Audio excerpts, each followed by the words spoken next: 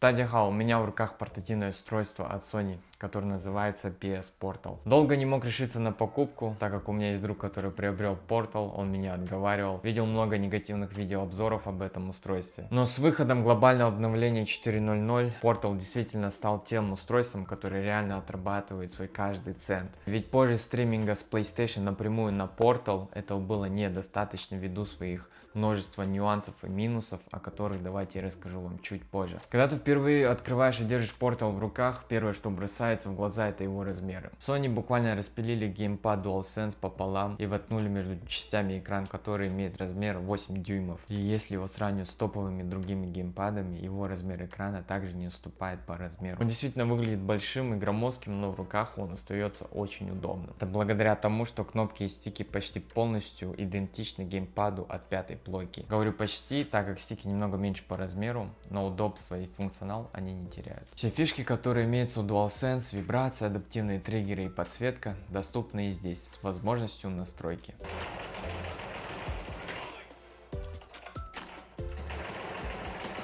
Тачпад теперь интегрировали прямо в экран, что выглядит креативным решением и довольно-таки удобно. Он, кстати, теперь находится и с двух сторон.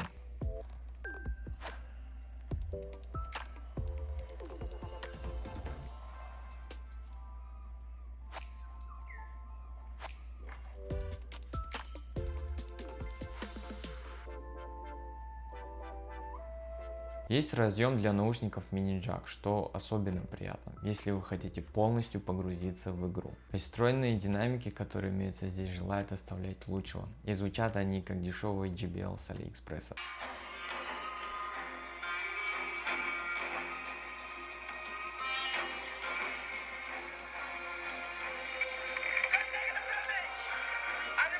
Подключение к пятой плойке у меня обычно занимает от 10 до 30 секунд.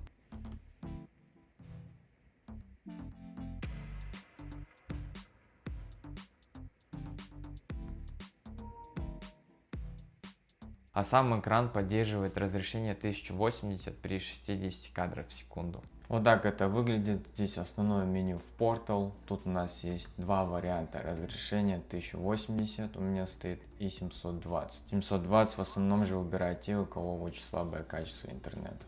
Теперь к самому главному, почему же люди, купив когда-то Portal при самом его первом релизе, успев разочароваться и вернув его обратно, теперь же снова показывают бешеные цифры по закупу на Amazon и других платформах, делая ее самой желанной портативкой этого года на Merry Christmas. Все дело в облачном гейминге.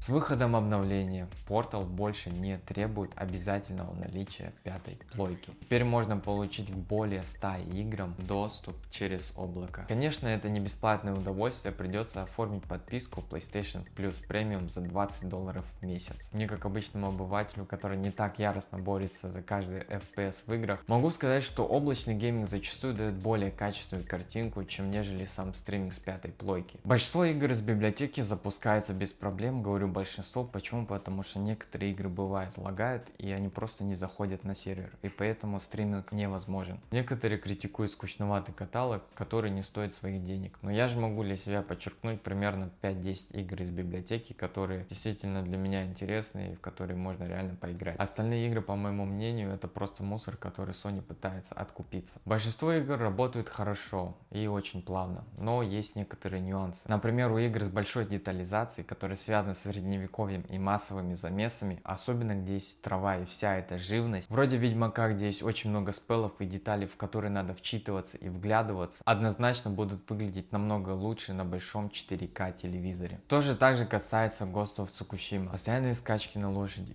резня самураев, а также взаимодействие с мелкими предметами на маленьком экране теряют часть своего шарма и не дают раскрыть потенциал всей игры. К удивлению могу сказать, что Uncharted работает без каких-либо нареканий. И это не удивительно, разработчики игры студия Naughty Dog всегда была известна своим вниманием к деталям и качеству. Их проекты, включая Uncharted, признаны одними из самых проработанных игр на рынке. Более того, Uncharted является одной из самых лучших игр в жанре приключений, и о ее создании можно найти множество интересных материалов на YouTube, и где разработчики рассказывают, как они трудились над каждой мелочью. Говоря о прямом стриминге с плойки на Portal, это, конечно, удобно, но у этого есть свои нюансы. Играя в футбол FC Rivals, любая небольшая задержка может стать критической и помешать решающим моментам в матче. Однако в таких режимах как Rush, играя на более маленьком поле, где есть 10 человек, такие погрешности вполне допустимы. Для меня лично достаточно в облаке тех игр, которые есть в библиотеке по подписке премиум. Поэтому необходимость в самом стриминге с плойки возникает очень редко. Не стоит забывать, что качество трансляции напрямую зависит от скорости вашего интернета. Допустим, если в отпуске вы решили в отеле поиграть с плохим Wi-Fi, то у вас ничего не получится, не говоря уже об общедоступных кафе. При этом важно учитывать, что облачный гейминг поддерживается не во всех странах. Например, если ваша подписка Plus Premium была зарегистрирована в Турции,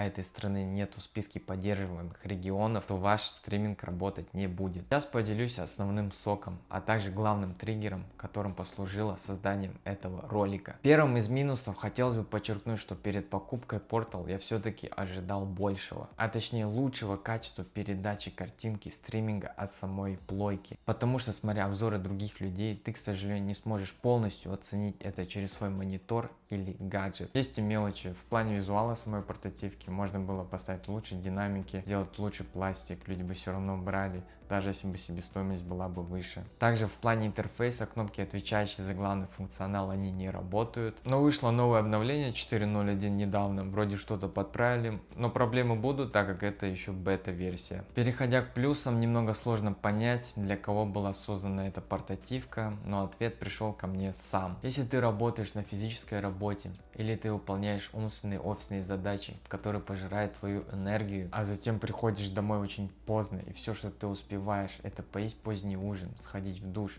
и при этом у тебя есть желание немного скатнуть, но силы остались только находиться в горизонтальном положении, то это будет для вас самым идеальным вариантом. На сегодняшний день Portal можно смело рекомендовать, даже если у вас нету пятой плойки. Однако, еще раз повторюсь, важно учитывать, в каком регионе ваш Plus Premium аккаунт был зарегистрирован. В комментариях я оставлю список стран, где можно будет зарегистрировать аккаунт, благодаря которому вы сможете стримить на Portal. В остальном это то устройство, которое точно стоит каждый вами вложенный доллар.